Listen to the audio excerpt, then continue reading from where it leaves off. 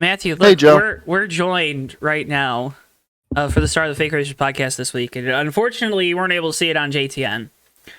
But we're joined by the reigning, defending, undisputed champion of the United States Online Racing League Cup Series, Davey Hazard, And he's currently muted. and he's currently there. He I'm is. getting a snack.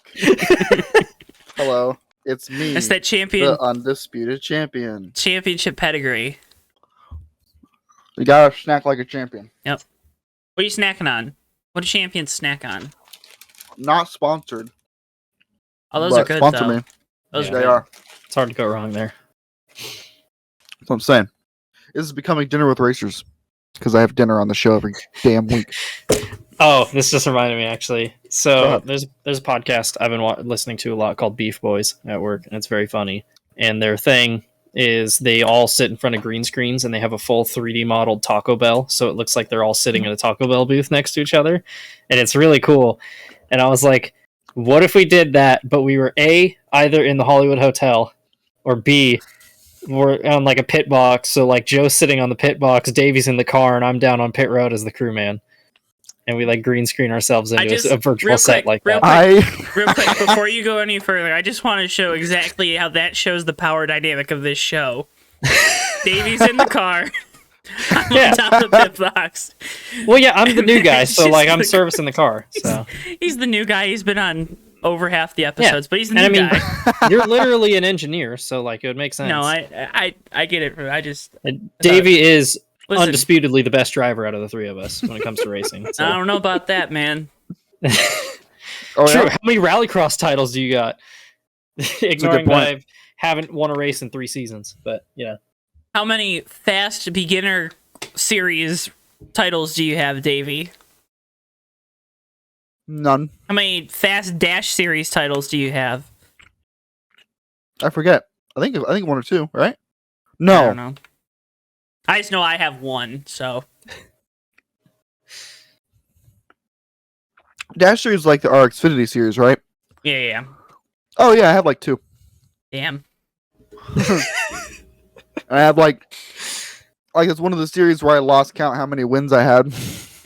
Oh my god.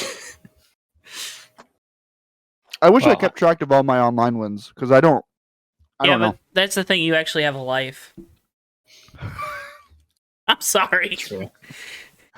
Well, And, I wish I kept track of them though. I'd love to No, see how many yeah. I have.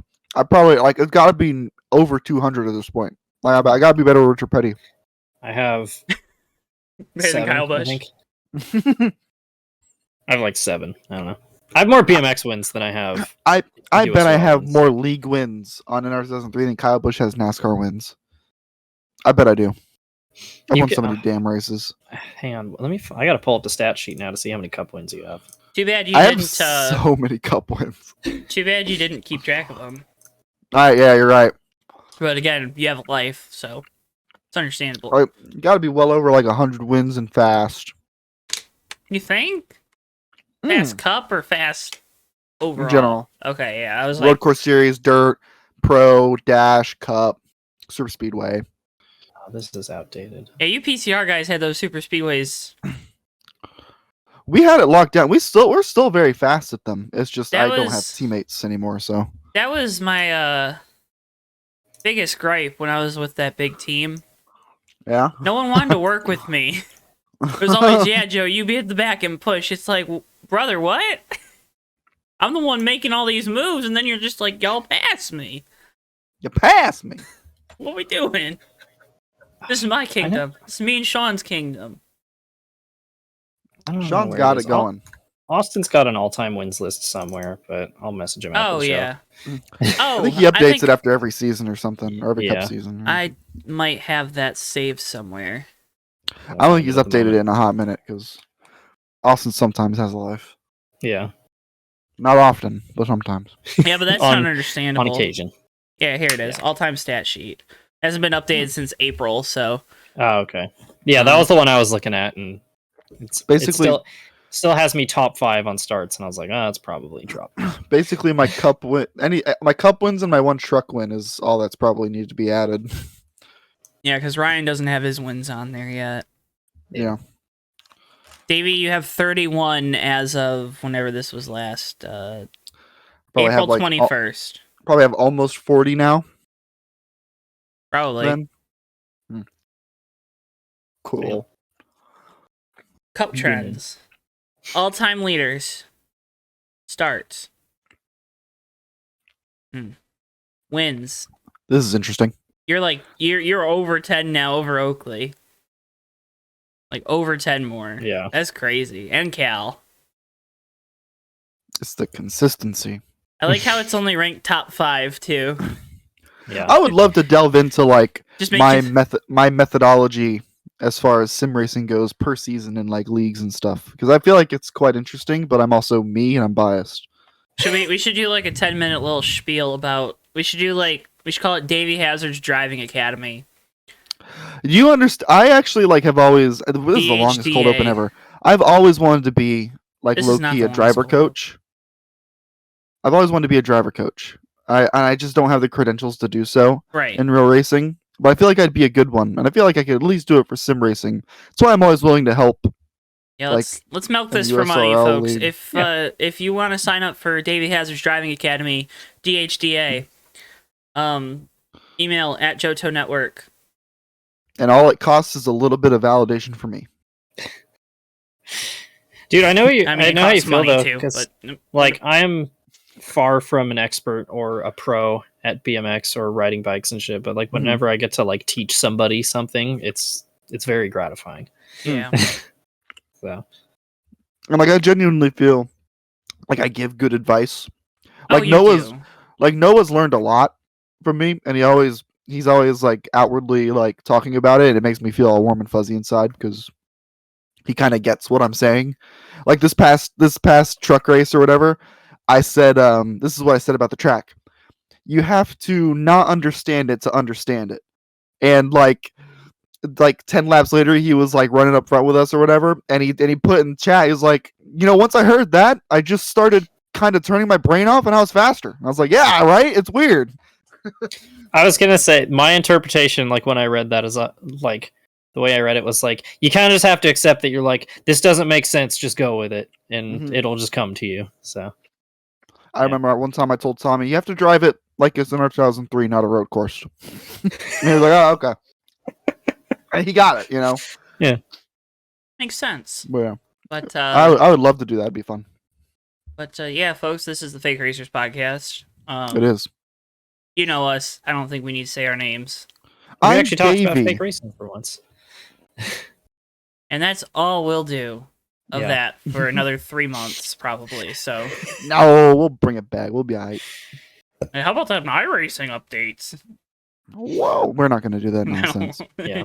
We'll talk about stuff people care about, like, actually. NASCAR 21 Ignition? Here, Joe, get your little notepad out. Like, actually playing them. Man. I mean, it seemed a little gratuitous. Yeah, that one kind of felt like, hey, look, I got the power to say something, and I'm going to make your life hard, Joe. I feel like making Joe do work.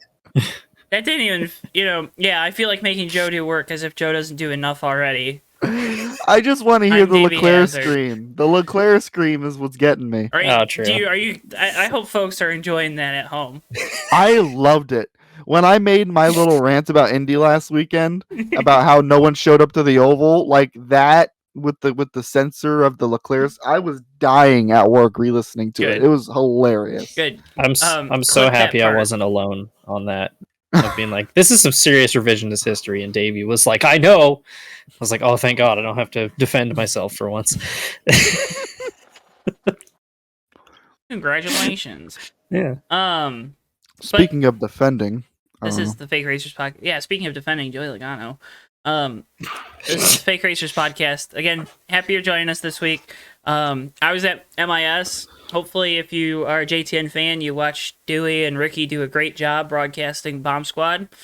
That is officially the first JTN broadcast race without me and Bristol. So, you watched history. Yeah, we did. Potentially without even knowing it. You say, yeah, we did, but I know Matthew didn't watch. I didn't say, yeah, we did. I said, oh, yeah. And I know, Davey, you were probably... It was Bomb Squad. I turned it on, gave it a like, and I was like, eh. You gotta admit, I give likes. I give likes, and they have the races that I've watched. They've done pretty well, and I give out likes like crazy. Tomorrow night's Maverick Night in America, and by tomorrow night, I probably mean tonight. So go over to JTN, Johto Network. Yo, is Mike Seneca back again? He should be.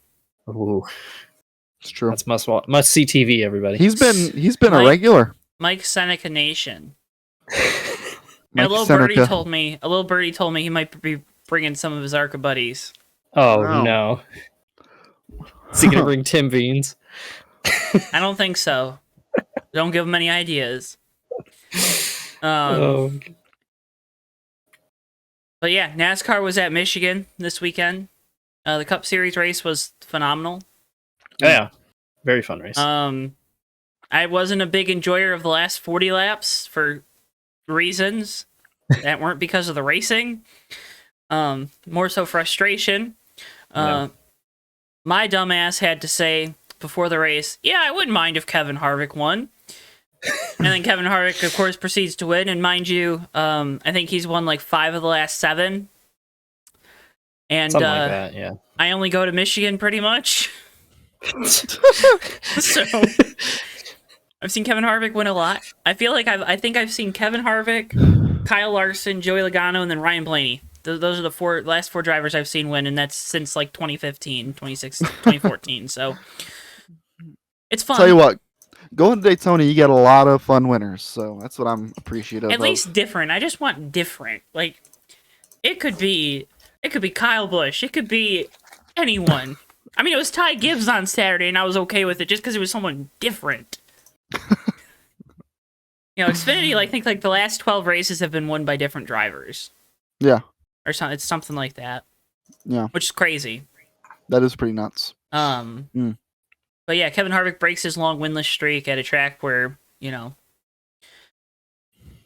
old guys. Well, not even that. It's just it's been a really good track for him and Rodney, and especially since they've switched over to Ford, right? That's where you've really seen that uptick. I mean, they were good there before that, but you think about them sweeping the weekend in 2020, 2019. Did they? I think they might have swept the season in 20. No, they won the fall. They were good in Michigan. Anyway, moving on. They win a lot there. Davey, I did not miss that. Let me tell you. Bubba Wallace was very disappointed with the second place run. This is where my frustration comes in because he was so much faster, and you could tell he was faster than Logano, but dirty air. Very disappointed. Heard the comments on the radio after too.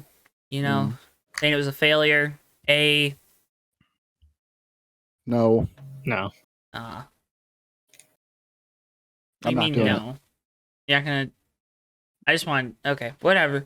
Anyways, see when I want them to do something, they don't do it.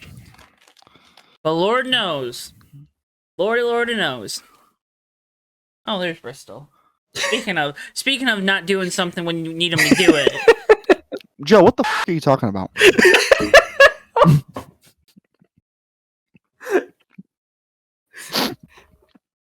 That's gonna be the best one yet. Joe, what the?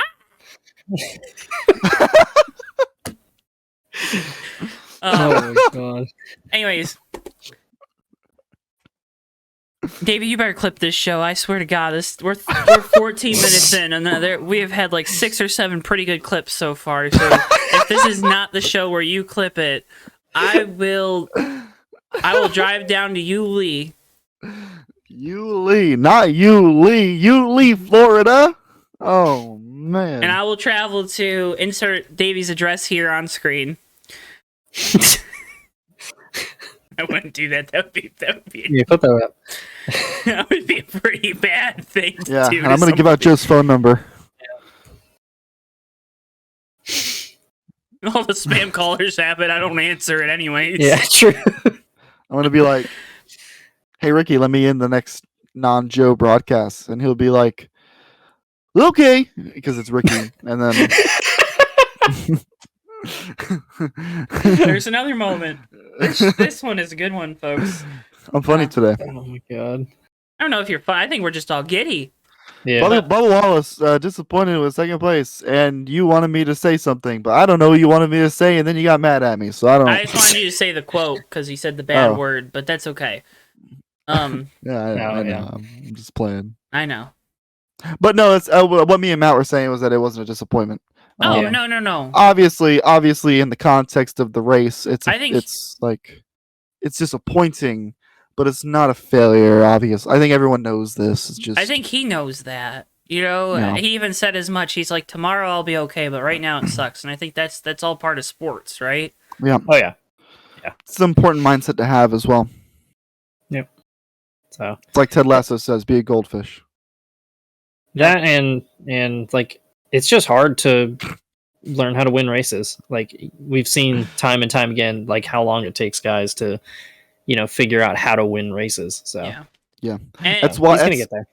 Go ahead. I was gonna say, really, the move that it was completely out of his control was Logano being able to take him and Larson 3 wide, going into one. Yeah. I don't know what he could have done different to avoid that. I don't think if he takes the outside line behind Harvick, he avoids it. You know what I mean? Pretty much all day, guy on the outside takes first, guy in second, or first on the inside takes second. That was nothing to tell you that wouldn't happen. And Larson did a good job, side drafted and all that jazz. And 2 cars make a big pocket. Yeah. Just an example of how important and precise like track position can be sometimes, because sometimes you just get caught up on it. Sometimes you just get caught up in it and you can't really make up the ground that you lose. I mean, it's frustrating. And as a driver, that's got to be the most frustrating thing in the world. Like when you have the pace and you're getting bombarded by like these guys who have every right to race you, and that's fair. It's like when you come up on Ryan Newman for like 14th place. It's like, okay, yeah, I get it. Put him a lap down to get your first win. Yeah. Yeah. You have a top 10 car and you came up on Ryan Newman for 14th place. It's like, okay, yeah, I get it, but like, what are you doing? Like, let me buy. Like, it's the same kind of frustration, because you can't get mad at it, but you also get mad at it. By it. Yeah, exactly. There's a different. I think being mad and being frustrated are 2 different things. Yeah. I think when you're mad, it's like seeing red. When you're frustrated, you're just like, Yeah. Yeah, just like that, actually. Mm-hmm. I think you make that noise exactly. I've done that before. Yeah, I know you have.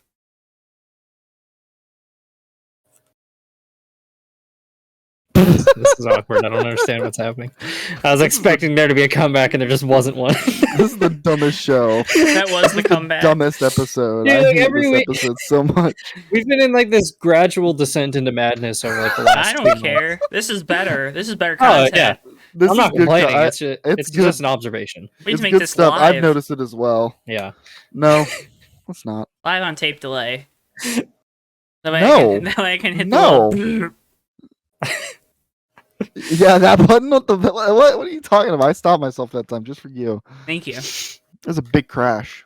That was I a did big see crash. Yeah. I saw that for sure. That was a big boy crash. wreck. 90 degree You saw it hits. in person. Yeah, it was big. Mm. I knew it was. I was a little worried, honestly. But then I remembered the next gen car is pretty stiff. Yeah, it's pretty stout if you only hit front end first. Yeah, as long as you don't hit the rear end, you're fine. Or, at like a 45-degree angle. But if you hit it at 90 degrees, you're fine. But anywhere between 89 and, 0, not good. Hey, I will say, Austin Dillon had that one hit at Atlanta, and he was fine. And his was like maybe 25 degrees, Okay, so... If you hit on any corner, it seems to be a bad deal. It's a bad deal. Yeah. Seems like a bad deal. You get concussed, or you end up like Chris Buescher. Chris Buescher definitely had COVID, by the way. Is that a thing? Yeah, it's a conspiracy. Not a conspiracy, but it's a thought. What did they want to say? Like his brain was just leaking out of his head or something from flipping? No, they said he might have gotten a concussion from the flip because the roof was caved in and stuff like that. Oh. People know this. People know the seats are higher than the driver's head, right? Brother, I'm just saying. There are a lot of there's also like a people lot. Don't know. Like I know the roof caving in thing wasn't a thing, but there's also a lot of other ways you can get a concussion. I'm just saying what other people have said. Yeah. And his COVID thing was like almost right after Charlotte. That was weird. It was the race after. Yeah, I'm looking at it right now. Yeah, it was. It was literally like 2 days later. They're like, "Oh yeah, he's out of the car." Yeah. So I don't know, putting that out there into the world. That would be a weird backstep, though, by NASCAR and teams in general. Because remember, the RTA still exists. And what do we say about the RTA? I don't know. Why like where do you think we have these phrases locked in? Like what are you talking about? Like am I supposed to have a sheet? Like what in the world are you talking about? Make a sheet. I'm gonna mail it to you. Joe is literally like, per my last email, these were There's my no email. What are you talking about? This is the first time I've laughed this much in an episode. Joe, get your notepad out. Joe's playing. Hold on. Joe's playing fill in the blank, and we're like, we didn't study. Like we don't know what's going on. That's 3. Oh my god. Yeah, but that was a big hit. Yeah, it was. That was a big hit. Kyle Busch got taken out in it. That was funny to hear people cheering for Kyle Busch wrecking. It's always fun to hear that. I always don't like it. I don't like when you cheer for a guy wrecking him if you don't like him. Now if they do something stupid in the race and that gets them wrecked, I'm okay with cheering them for that. But Kyle didn't do anything. Yeah, just kind of got wrecked. Eric Almirola. I mean, I don't have it on here, but because I didn't really see it. But JJ Haley staying out. A lot of people going at him. Yes and no. Crew shouldn't put him in that situation in the first place. Yeah. But also, sometimes again, you got the steering wheel in your hands. I saw a couple cars drop to the back. You still have that opportunity. So it is just as easy to hit that box if you really don't want to be. If you really know you shouldn't be up there, hit the box on the choose and. Oh, sorry guys. Yeah. And they had him parked on pit lane too. I don't know if but he was just sitting on pit lane for 2 or 3 minutes. It's weird. And I was like, "Hey, you guys gotta repair the car," and no one went over the wall. So it's interesting that you notice stuff like that. When I'm at Daytona, I see a car in the pits for more than a minute. I'm like, okay. All right, moving on. Ross Chastain and Christopher Bell. Chastain and Suarez had obviously already pitted. That's also what ended up getting Kevin Harvick the lead. But Ross is trying to gain as much time. Christopher Bell decides to block him. Right? It's something like that. All I remember mostly is that it was a very classic Dale Jr. Oh, we got a crash on the front side. Yeah, basically, Chastain's on new tires. It happened right in front of me. I know what happened. This is where you guys give your opinions. That's what I was setting you up for, but apparently that alley-oop missed. Well, that's what I was working in my last contract, you said I couldn't have those. I never said what I was going to say was Bell blocked him low when he tried to, get up under him off the corner, and so Chastain was like, all right, I'll just go around the outside, and then Bell tried to block that too, and he was like, all right, well, I'm not lifting. Which was going to end one of 2 ways. Ross Chastain being weirdly over-aggressive as usual, and then Christopher Bell, for some reason, thinking that he could do what he did and get away with it. Yeah. It's like, no, you're racing, bud. Yeah. That, and it's just like, dude's that much faster than you on corner exit, and you're like, I'm going to block him twice, and it's like, what do you think was going to happen? Well, and the worst part is, you're Ross, you're taking you pretty much, you take yourself out of the race. Yeah. Doing that. You know what I mean? You're stuck a lap down, you have damage now. That's the kind of move that I would expected him to make years ago, that I would have been like, he needs to grow out of these moves if he wants to play in the Cup Series. Weird that he's still making those mistakes. That's not like a jab. I'm genuinely especially because we consider him one of the champion. I don't know. I could be wrong, but I would consider him one of the top 4, top 8 guys, right? Going into he was running near the front when that happened. So yeah. So he was basically in position to cycle out in the lead. That's not a move a guy that should be a favorite to win the championship should be making. Yeah, and that is like, it's not being talked about as much as some of the other scraps he's been in this season, but that's one of those where I would expect someone like Justin Marks or maybe his crew chief to step in and be like, hey, like, we gotta, like, come to the playoffs, like, we can't do that, like, we have a season to worry about, we have a championship to worry about, like, we cannot waste these moments on little moves like that. Like, just take it as it comes. You don't got to do that.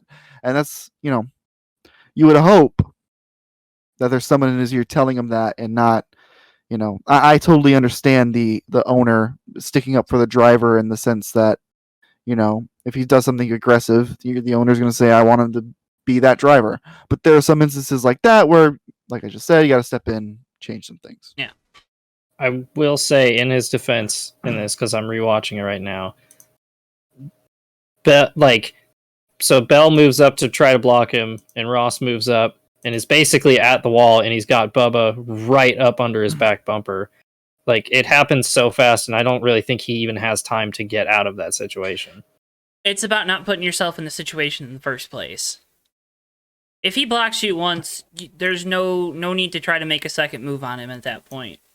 I really don't. You know what I mean? I mean, yes and no, and I feel like because in this situation, they're in a place where he needs to take advantage of these fresh tires that he has, so they make sure they cycle out in front of, especially the guy who's blocking him, because he's racing Bell for position in this situation.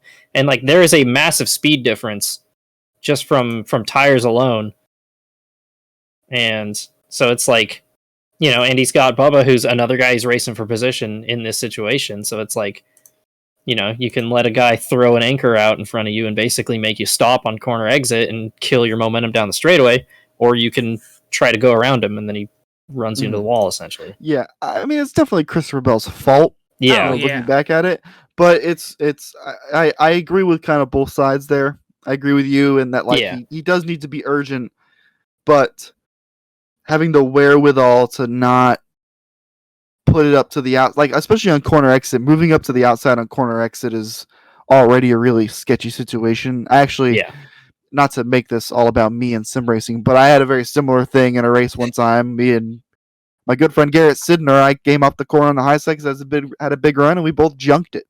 Going on the outside on corner exit's just a sketchy move, and it's, to an extent I agree with you, Matt, and to an extent I agree with you, Joe. There's a fine line.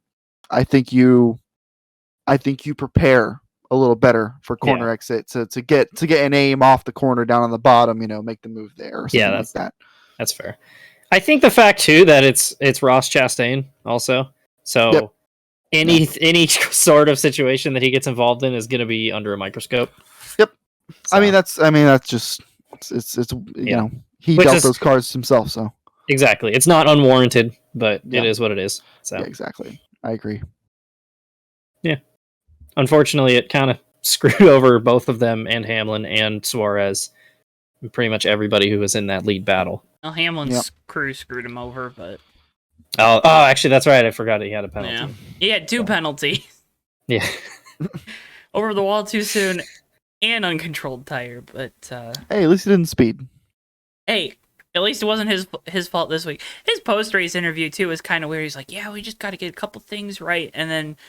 It wasn't with NBC. I think it was on the radio. It was like with Claire B or something on XM. But and then she just asks like blatantly like, does the crew need to get better? And he's like, well, yeah, we've been trying to get better. They've been trying to get better or something. I'm like, whoa, brother, my man has had it with JGR Cruise this year between his team and the 11. But Cup race was good though. It was good. I don't think we have much to say about it. I mean, Joe, I guess, has more to say about it since he was there, but I thought it was good on TV. Yeah, I didn't really see too much, like, I don't know. Part of it is you're at a NASCAR race, so it's always going to be good to you, and this has always been the track I've gone to, and I've always thought the races are good, even when people say they're bad. I didn't see too much of a difference, honestly, with the next-gen car, outside of, guys were able to send it in and actually make it stick. But they were still doing the same thing they were doing with last year's car. It's just this time they could actually make it work. You know what I mean? I don't think it made the racing any different, like I see a lot of people trying to say. It was still kind of ride that resin line through the corner, and if it works, it works. Yeah, it was better, but somehow still very Michigan. Yeah. I don't know how to explain it, but And I hate that that's what we have to say, but yeah.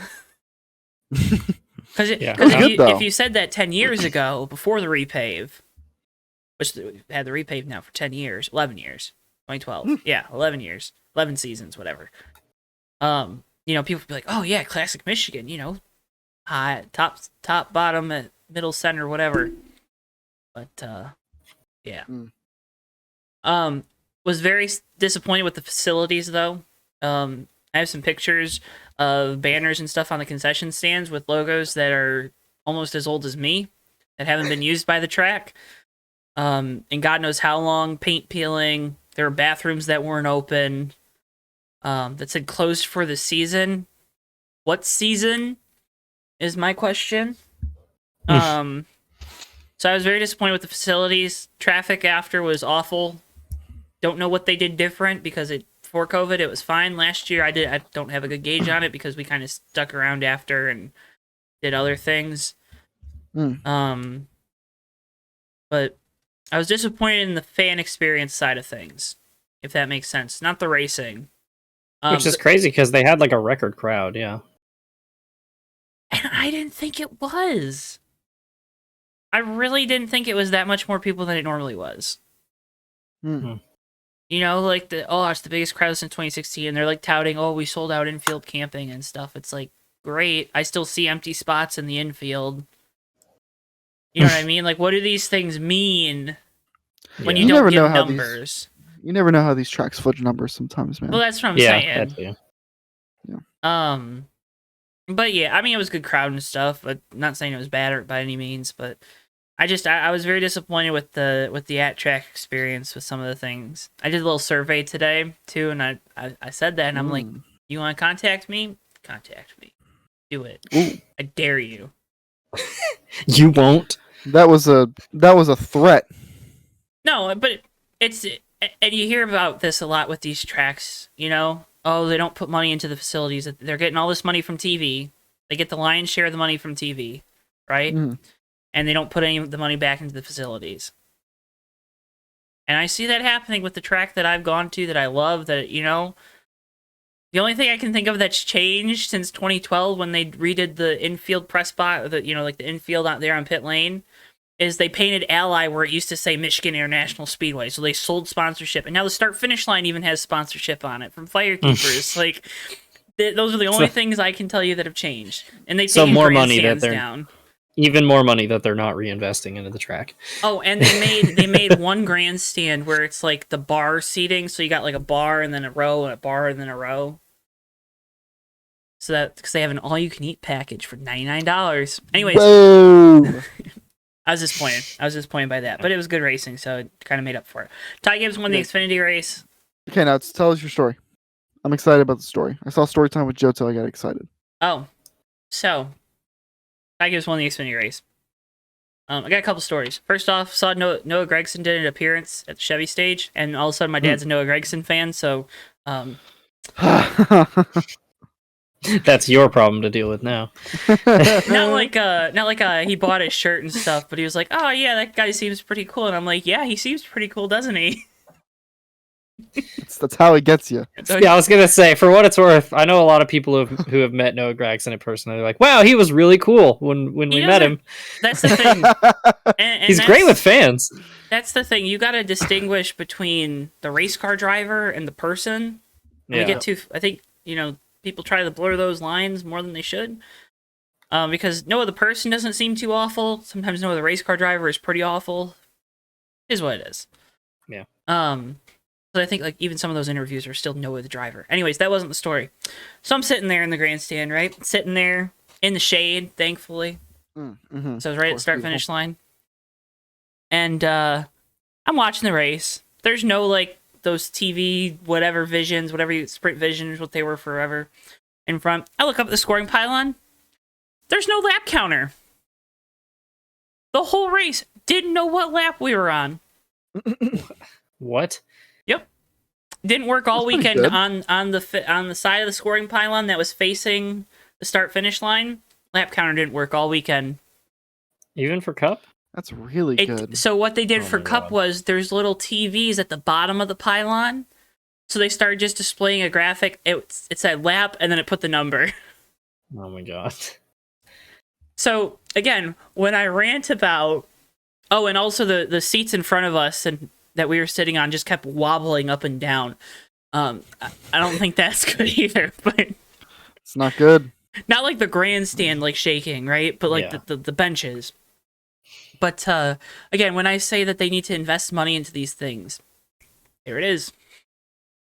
That's a pretty easy part of the fan experience. Just not screw up, make sure the scoring pylon works a week in advance. I was going to say, that reminds me of when me and one of my buddies, we went to the IndyCar race at Sonoma the last time they went there in 2018. Mm-hmm. And Sonoma doesn't have a scoring pylon, I don't think, at all. And they don't have, and for IndyCar, they don't have the TV screens. So you just have no idea who's running where the entire race. Because we sat up at turn, whatever that first right-hander is, 2 or 3, whatever.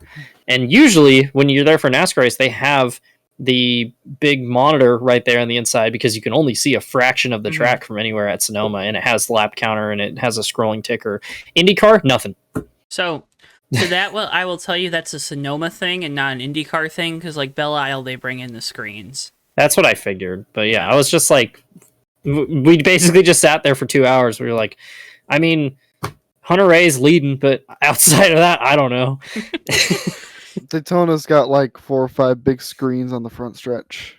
Well, yeah, that's the thing. Yeah. There's 4 or 5 big screens on the front stretch at MIS, but there's none in the middle of the front stretch.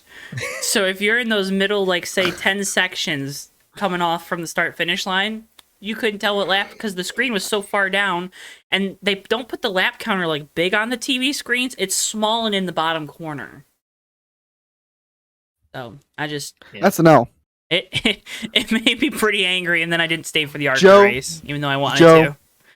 If you ever go to Daytona, you're going to be so pissed off at Michigan. Oh, I know. You're going to be pissed off at MIS. And don't forget, MIS is a track that says they're the most entertaining track on the schedule. Let me tell you. I don't know about that, folks. Bruh. I was not entertained. Apparently you can just say stuff. Well, so they used to do like a poll of like, and people would vote for like, oh, what's your favorite track? And like, they had a little trophy and everything for it. And the old track president did a really good job. Because now we've had 2 track presidents later, and it just, everything's gone downhill.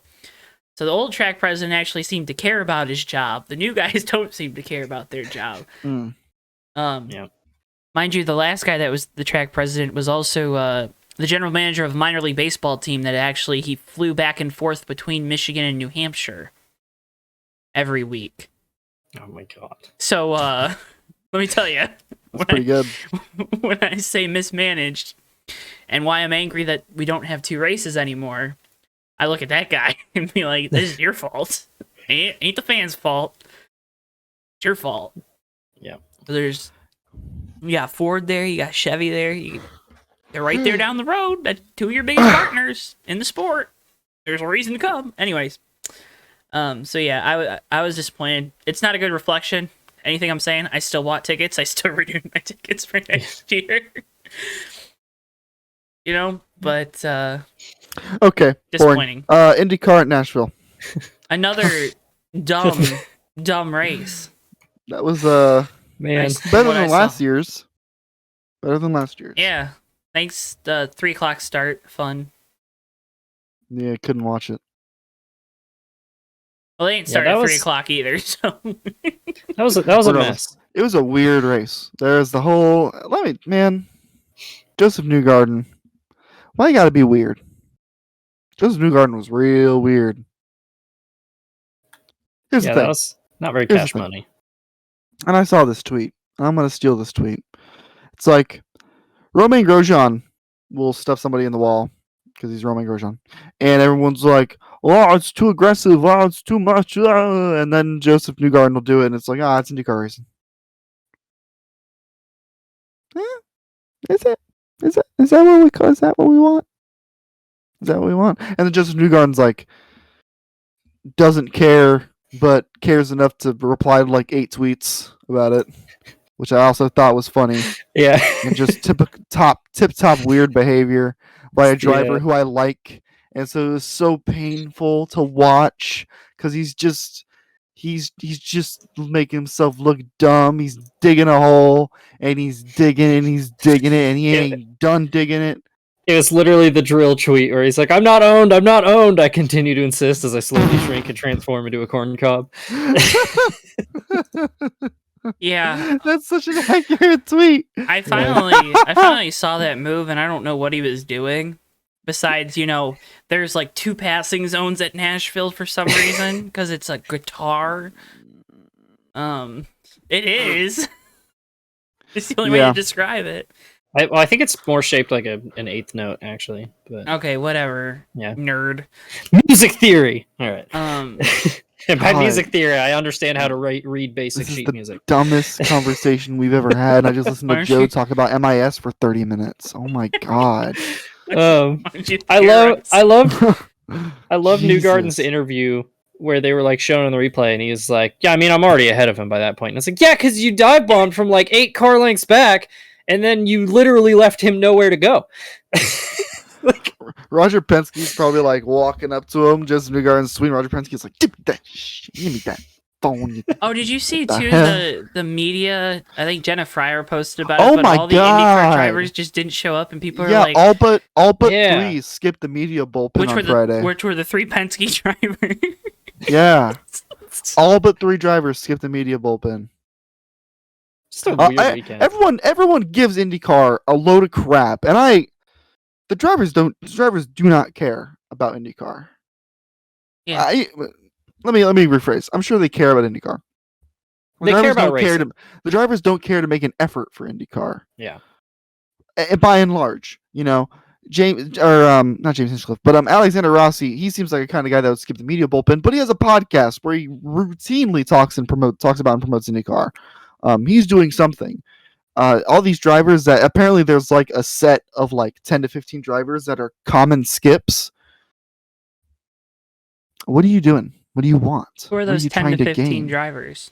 No one named names. There's like a group of 10 to 15 drivers that are like common and they show up. And there's a group of like 10 to 15 that like commonly don't show up, and then there's like a weird mishmash in the middle where some show up and some don't show up. It was all part of like various tweet threads that I saw from media members about the situation. But I would be so back. Angry. What's up? I'd be so angry. But yeah, it does. I mean, it's disrespectful. As a media member, I would be angry. IndyCar should be angry. I mean, the as network a sponsor, should be angry. I'd be angry. Sponsors should be angry. Yeah. Everyone about this has a reason to put a stop to this. Like, it makes no sense why a driver should be skipping on that availability, because it is better for the sport if they're there, and it's better for the sponsors if they're there. It makes them happy. It's better for the networks because they have something to work from. There are storylines to create from what they talk about. The team should be happy about it, because that's making sponsors happy. It's all an ecosystem. And that's what I think a lot of IndyCar drivers don't understand, because all they want is to go to F1, or all they want is to not be an IndyCar, or all they want is to just race and then go home. And it's like, that's not how it works, unfortunately. It's just not. Even if you look at it, it's like, oh, I don't want to get asked stupid questions or whatever. Well, then you can make a moment out of that. I mean, you look at Kimi Räikkönen has so many career highlights of just him giving 2-word answers to dumb questions. And you say that, and you're gonna feel silly but Tony Stewart did that. He made examples out of bad questions. Obviously, he went a little too far every once in a while, but that's Tony Stewart. But like, he would make examples out of bad questions, but then he would take good questions. I remember one time Marty Smith asked like a really good question after a really dumb question. He said like, "That's a good question." That's a good question. Like, he pointed it out. Like, he literally said like, "No, this is what we need." And so like, I don't know like what it has infected the IndyCar paddock where everyone wants to just like, I just want to race. I don't want to show up there. I don't want to be a part of it. I just want to show up and go home. Like, I don't know what infected the IndyCar paddock to be like that, but take a little bit of charge, take a little bit of responsibility. This is where you're racing. This is paying your bills. This is why you have a career. Yeah. You could be an F1, but instead you failed, and now you're here. So, and I'm not saying that's the reputation IndyCar has. I'm just saying there's a lot of drivers. A lot of the drivers who probably went through that are probably part of the problem, more or less. Yeah. IndyCar runs the risk and continues to run the risk of becoming I couldn't make it elsewhere, so here I am. Top tier of motorsport, right? Yeah. Right next to like DTM and European sports car racing. So that one got Bristol to wake up too. Yeah. Big DTM fan there. Big DTM fan. Still mad about the GT3 switch. Yep, he's talking to me about it right now. He's making sure to make note of it. Bristol's like, bro, screw my balance of power. I'm pissed.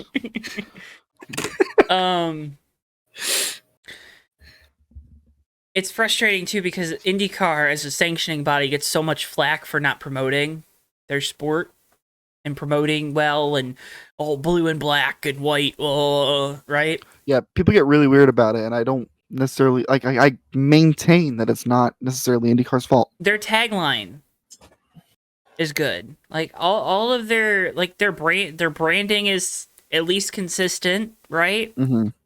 Even if you don't like it, it's consistent. So it's so frustrating to know and hear that drivers don't take things to help promote the sport and make more money for themselves seriously. I was going to mention it, because there's people have their complaints about IndyCar's marketing, but it's hard to do anything when your drivers won't market themselves.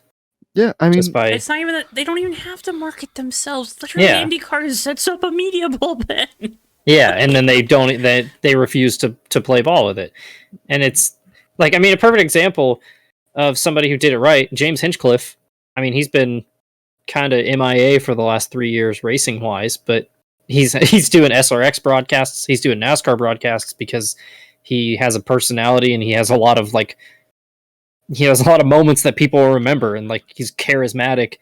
And then, I mean, no disrespect to them, but Scott Dixon and Joseph Newgarden are just kind of PR machines. There's a reason why James Hinchcliffe, and Joe has a thing, but there's a reason why James Hinchcliffe, despite never being one of the best IndyCar drivers in the paddock, was always the most popular. Absolutely. There's a reason he got all of his deals. There's a reason he raced so long despite not being the best IndyCar driver in the paddock, and it's because he was who he was. He's everything you said he was. And there's a reason he's going to have a large career outside of motorsport, because now he's a staple of the IndyCar broadcast. And I honestly think he could be a staple of any racing broadcast you put him on, because the guy is just good, and the guy gets it, and the guy cares. And I'm a broken damn record, but a lot of IndyCar drivers don't care. Yeah. It's a problem. Go ahead, Joe. I didn't really have anything. Oh. Anyway. I just don't like grouping Joseph Newgarden and Scott Dixon into the same personality category, but that's fine. That's semantics. Joseph Newgarden is just...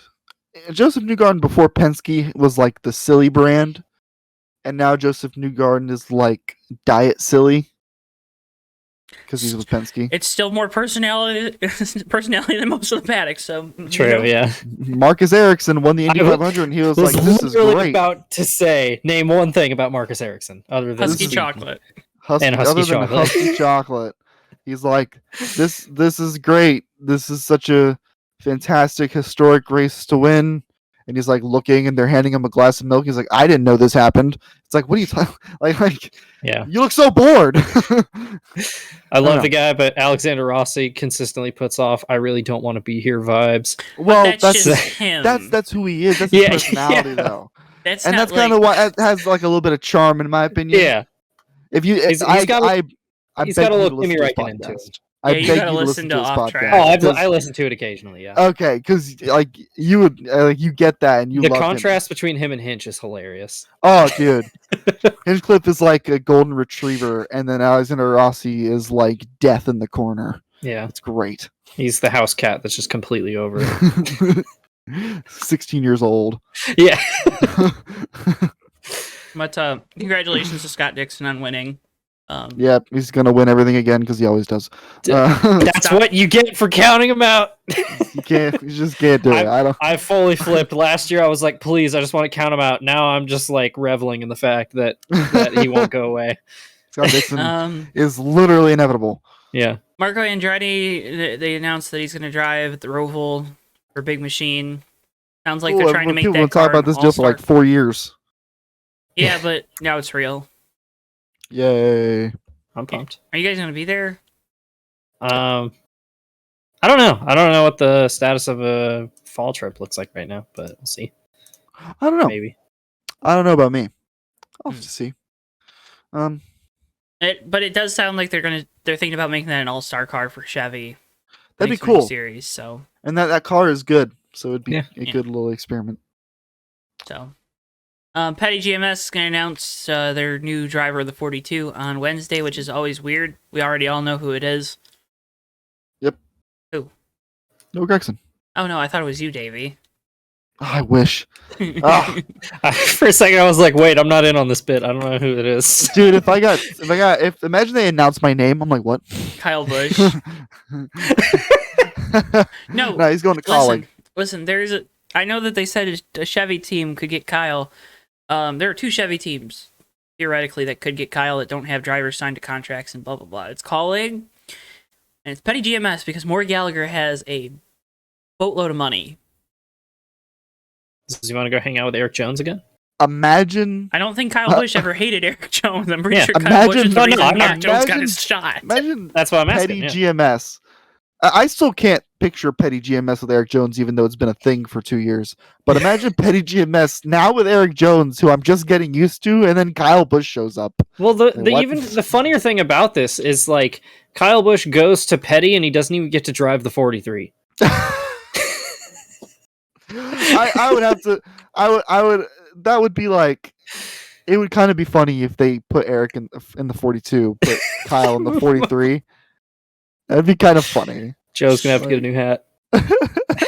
Dude, I was looking for new hats that were like this one because it's like a flex fit and it's got the snapback on the back. Yeah, you got a big ass head. Oh my god! I'm gonna take that as a compliment. Yeah, you're a smart little boy. Yeah. Anyways, NASCAR's at Richmond. Yeah. But yeah, it'll probably be Noah. So yeah. Watch it.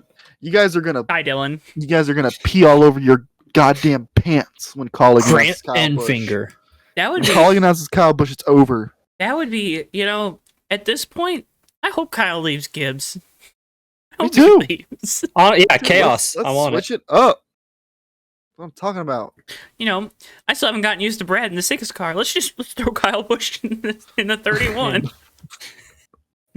That'd be weird. Oh my god, that'd be weird as hell. Would they love that. I keep reading people saying like, "Oh, what if he goes back to Hendrick?" And I'm like, they literally all 4 of their drivers just signed contracts. Yeah, but Bowman's pretty cheap probably to buy out of the contract. So yeah, true. That's unfortunate. It's true, but it's unfortunate. Because the thing, Bowman would be the one out there, right? Like, unfortunately, it's Bowman or Byron, and Byron just got a new deal. I'm pretty sure this year. So, and plus Liberty Bibberty. Yeah, trucks at Richmond, Davey. Ty Majeski. Grant Enfinger. I like how we don't even do what to look for. It's like, who cares? Everyone knows what to look for. It's the same racetrack. What to look for? Season. It's the trucks. Yeah. The trucks at a short track. Your mirror. The truck series at a short track. Hold on. What to look for? Your mirror and the cable to your radio where your spotter is going to tell you inside quarter, and then you're looking at the wall. Yeah. I hope you're ready. Cars and Hocevar Don't Be Weird challenge. Exactly. Oh God. And then the Cup Series is racing at 3:00 on Sunday.